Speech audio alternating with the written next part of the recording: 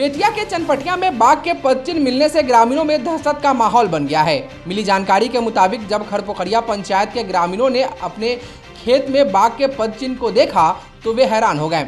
बता दें कि बाघ वाल्मीकि नगर टाइगर रिजर्व से भटक गया है, जो रिहायशी क्षेत्रों में देखा जा रहा है। इसको लेकर ग्रामीणों में दहशत का माहौल है। लोग घरों से बाहर निकलने से भी कांप रहे हैं। बताया जाता है कि बाघ करीब 13 दिन पहले वाल्मीकि नगर टाइगर रिजर्व से भटककर बेतिया के चनपटिया प्रखंड क्षेत्र में घूम रहा है। प्रखंड के कई इलाकों में बाघ के पद चिन्ह देखे गए हैं। आज सुबह चनपटिया प्रखंड क्षेत्र के खड़पोखरिया गांव के किसान अपने खेत में पहुंचे तो वहां बाघ के पद चिन्ह को देखकर दहशत में आ गए। पूरे गांव में दहशत का माहौल बन गया है। वन विभाग को सूचित किया गया है, लेकिन ग्रामीणों का कहना है कि वन विभाग के कर्मी आए और देखकर चले गए। इसके कुछ देर बाद ही पंचायत के ही ब्रह्म स्थान स्थित सरेह के पास बाघ देखे जाने की सूचना गांव में आग की तरह फैल गई। ग्रामीणों ने बताया कि पंचायत में बाघ घूम रहा है, जो पूरे गांव में लोगों के बीच दहशत बना हुआ है। कल देर शाम लगुनाहा वार्ड नंबर 10 के रहने वाले एक 10 वर्ष के किशोर सूरज कुमार को भी बाघ ने जख्मी कर दिया था, जिसका अस्पताल में इलाज हुआ। घटना के बाद परिजन काफी डरे सहमे हुए हैं। बच्चों को घरों से निकलने पर पाबंदी लगा दी गई है। लोग सुबह शाम गांव में पहरा दे रहे हैं। रात के समय भी मसाल जलाकर लोग पहरा दे रहे हैं। सुनिए ग्रामीणों ने इस संबंध में क्या कहा। यहाँ पर सुबह में बाघ का पैर का निशान मिला, लोग देखा।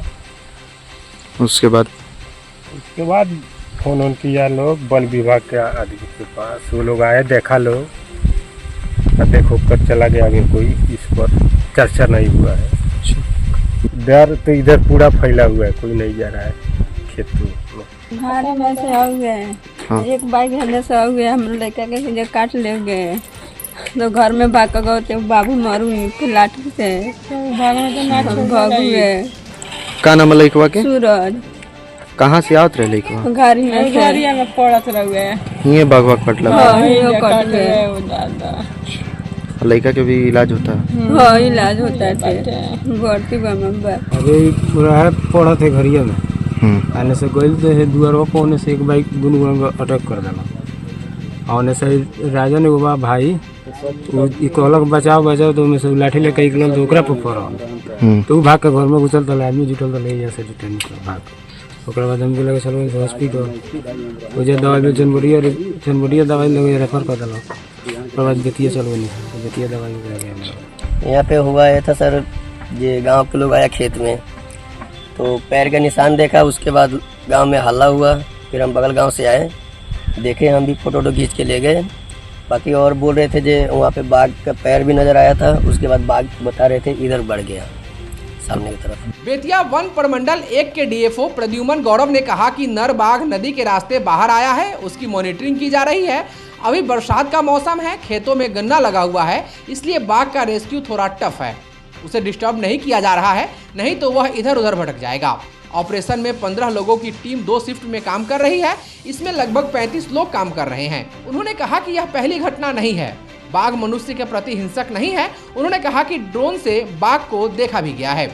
जो हमारा वाल्मीकि टाइगर रिजर्व का मंगुराहा रेंज है, वो टाइगर डेंसिटी उसमें काफ़ी ज़्यादा है और कई सारे वहाँ पे बाघ हैं। तो अक्सर क्या होता है कि चूँकि बाघ टेरिटोरियल एनिमल है, तो टेरिटरी के खोज में जो वयस्क नववयस्क जो बाघ होते हैं कई बार बाहर निकल के आ जाते हैं और कई बार नदियों का उपयोग करते हुए कॉरिडोर के माध्यम से वो बाहर चले आते हैं जंगल के। तो उसी क्रम में एक जो नववयस्क बाघ है, नर बाघ है, एक नदी को पकड़ के वो टाइगर रिजर्व से बाहर आ गया है और उसकी हम लोग ट्रैकिंग 24/7 कर रहे हैं जब से वो बाहर निकला है। क्योंकि बरसात का मौसम है, नदी नालों में पानी बहुत ज़्यादा है, घास वगैरह बहुत बड़ी है, सभी जगह खेतों में गन्ना लगा हुआ है। तो जो उसको रेस्क्यू करने का जो होता है कार्य, वो थोड़ा सा इस समय टफ माना जाएगा, क्योंकि क्लियर लाइन ऑफ साइट नहीं। आप चारों तरफ देखिए, पूरा 12 फीट 10 फीट का गन्ना है। तो उसमें अगर हम उसको किसी तरह लोकलाइज भी कर लेते हैं तो डार्ट उसको जाके लगेगा बेहोशी वाला, वो थोड़ा सा डिफिकल्ट। इसलिए हम लोगों ने फिलहाल ये स्ट्रेटजी अपनाई, चूँकि गाँव के नज़दीक है तो चारों तरफ से एरिया को पूरा कॉर्डन ऑफ कर दिया गया है और प्राकृतिक रूप से वो नदी पकड़ के जंगल की तरफ लौट रहा है। तो अभी हम लोग उसको कोई छेड़खानी नहीं कर रहे हैं कि हो सकता है डिस्टर्बेंस करने से कुछ एजिटेट हो जाए, इधर उधर मूव करे। तो गांव की तरफ से पूरी तरह से एरिया को हम लोगों ने कॉर्डन ऑफ कर दिया है।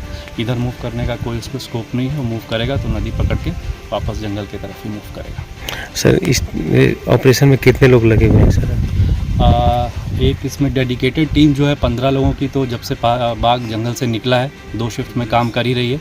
और आज के जब से ये थोड़ा सा इधर नज़दीक आया है आबादी के, चूँकि यहाँ पे थोड़ा सा घनी आबादी हो जाती है नदी के दोनों तरफ, तो लगभग जो है यहाँ पे 30 से 35 व्यक्ति जो है, मैं खुद SDFO यहाँ पे हूँ, हमारी टीम है, वेटनरी डॉक्टर हैं, रेंज ऑफिसर हैं और रैपिड रिस्पांस टीम के जो भी सदस्य हैं सभी हैं, और संबंधित थाना से भी पुलिस बल है, क्योंकि पब्लिक कई बार थोड़ा सा क्यूरियोसिटी में, मतलब कि क्या है बाघ कभी देखा नहीं है लोगों ने, तो इस वजह से थोड़ा सा एजिटेट पब्लिक हो जाती है। तो उनको कंट्रोल करने के लिए संबंधित थाना और QRT बल भी यहाँ पे उपलब्ध है, कोई समस्या नहीं है। मेरी आप सभी लोगों के माध्यम से 2 अपील है। पहली अपील ये है कि किसी भी न्यूज़ मीडिया का प्रसारण करें उसको ज़रूर वन विभाग के जिम्मेदार कर्मी से, आधा रेंजर साहब से, आप मेरे से वेरीफाई कर लें, क्योंकि हाल के दिनों में हम देख रहे हैं कि आसाम का या फिर काजीरंगा का या फिर पीलीभीत का टाइगर का वीडियो जो है गन्ने में चलते हुए का, उसको प्रसारित कर दिया जा रहा है मीडिया कर्मी किसी अज्ञानतावश, और वो बोलते जा रहा है कि मतलब उससे क्या होता है कि अननेसेसरी पब्लिक में पैनिक क्रिएट होता है, जबकि यहाँ बाघ इस तरह से मूव ही नहीं कर रहा है ही नहीं। तो उससे थोड़ा सा बचें, उस तरह के गलत और भ्रामक वीडियो नहीं प्रसारित करें। और दूसरी चीज़ ये है कि पब्लिक में भी पैनिक नहीं हो, पब्लिक को भी आश्वस्त करें कि हम लोग लगे हुए हैं टाइगर के पीछे, और वो सक्सेसफुली, पहली घटना नहीं है कि बाघ बाहर आया है जंगल से, हमेशा आता रहता है और हमेशा हमारी टीम उसको सक्सेसफुली जंगल में वापस पहुंचाती रहती है। तो उसमें कोई उसकी बात नहीं, किसी प्रकार से ये इंसान के प्रति कोई इसमें वो नहीं है। नहीं तो 10 दिन के करीब हो गया इसको जंगल से बाहर, किसी भी व्यक्ति पे, किसी भी मवेशी पे इसने आज तक हमला नहीं किया। कितने लोगों से इसकी भेंट हुई होगी मूवमेंट के क्रम में, तो कोई ऐसा वो मतलब हिंसक नहीं है अभी मनुष्य के प्रति, और अगर उससे छेड़छाड़ नहीं होगी तो इसी प्रकार वो जंगल में लौट जाएगा। तो यही अपील मैं पब्लिक से भी करना चाहता हूँ। BTR से कितना दूर ये आया है? लगभग ये 30-35 किलोमीटर है, लेकिन ये कोई बहुत बड़ी दूरी नहीं है। बाघ जो है जब डिस्पर्सल स्टेज में होते हैं, नववयस्क स्टेज में होते हैं, टेरिटरी की तलाश में होते हैं, तो 200-250 किलोमीटर भी बाघ चले जाते हैं। इसमें कोई बड़ी बात नहीं, रिपोर्टेड है, डॉक्यूमेंटेड है ये। तो जंगल की तलाश में है, जंगल के खोज में है, परंतु इस तरफ उसको जंगल नहीं मिल रहा है, और जैसे ही उसको ये भान होगा कि जंगल इधर नहीं है साउथ में, दक्षिण में, तो पुनः ये उत्तर की तरफ अपने जंगल में लौट जाएगा, जो कि ये कर रहा है। इसका कोई पहचान वगैरह है, नंबर वगैरह होता है ना? हाँ, नंबर होता है, पर चूंकि अभी ये नववयस्क बाघ है, जस्ट अभी एडल्ट के स्टेडी में आया है, तो इसको ऑफिशियल अभी नंबर हम NTCA के द्वारा नहीं दिया गया है, इसलिए इसका भी कोड हम नहीं आपको शेयर कर सकते हैं। सर अभी ड्रोन से आप लोग देखें उसको? नहीं, ड्रोन से सारी मॉनिटरिंग हम लोग कर रहे हैं, और जो उसका जनरल लोकेशन है वो गांव से अपोजिट डायरेक्शन में है, तो यहाँ भी कोई पैनिक की ज़रूरत नहीं है, और हमको लगता है कि आज ये मूव आउट कर जाएगा यहाँ से। जरूरतमंदों की सेवा और सामाजिक कार्यों में बढ़ चढ़कर अपनी भागीदारी निभाने वाली सामाजिक संस्था नीरज सिंह फाउंडेशन की एक बार फिर खूब प्रशंसा हो रही है। आखिर हो भी क्यों ना। दरअसल पिछले दिनों लखनऊ आगरा एक्सप्रेसवे पर स्लीपर बस और टैंकर के बीच हुई टक्कर में 18 लोगों की मौत हुई थी। इस घटना में शिवहर जिले के 8 लोगों की जान गई थी। इस दुख की घड़ी में मृतक के परिजनों के जख्मों पर मरहम लगाने के उद्देश्य से आर्थिक मदद के तौर पर अपनी कदम आगे बढ़ाते हुए जिले की सुप्रसिद्ध संस्था नीरज सिंह फाउंडेशन ने सहयोग राशि प्रदान की है। वहीं नीरज सिंह ने मृतक के परिजनों को सांत्वना देते हुए कहा, यह घटना अत्यंत दुखद एवं हृदय विदारक है। उन्होंने कहा कि मेरी संवेदनाएं शोकाकुल परिजनों के साथ है। प्रभु श्री राम से प्रार्थना है कि दिवंगत आत्माओं को अपने श्री चरणों में स्थान दें। मृतक के परिजनों को नीरज सिंह फाउंडेशन की ओर से नीरज सिंह फाउंडेशन के सदस्य राजू गुप्ता एवं अन्य सदस्यों ने एक साथ 10-10 हजार रुपए का सहयोग राशि मृतक के परिजनों को दिया।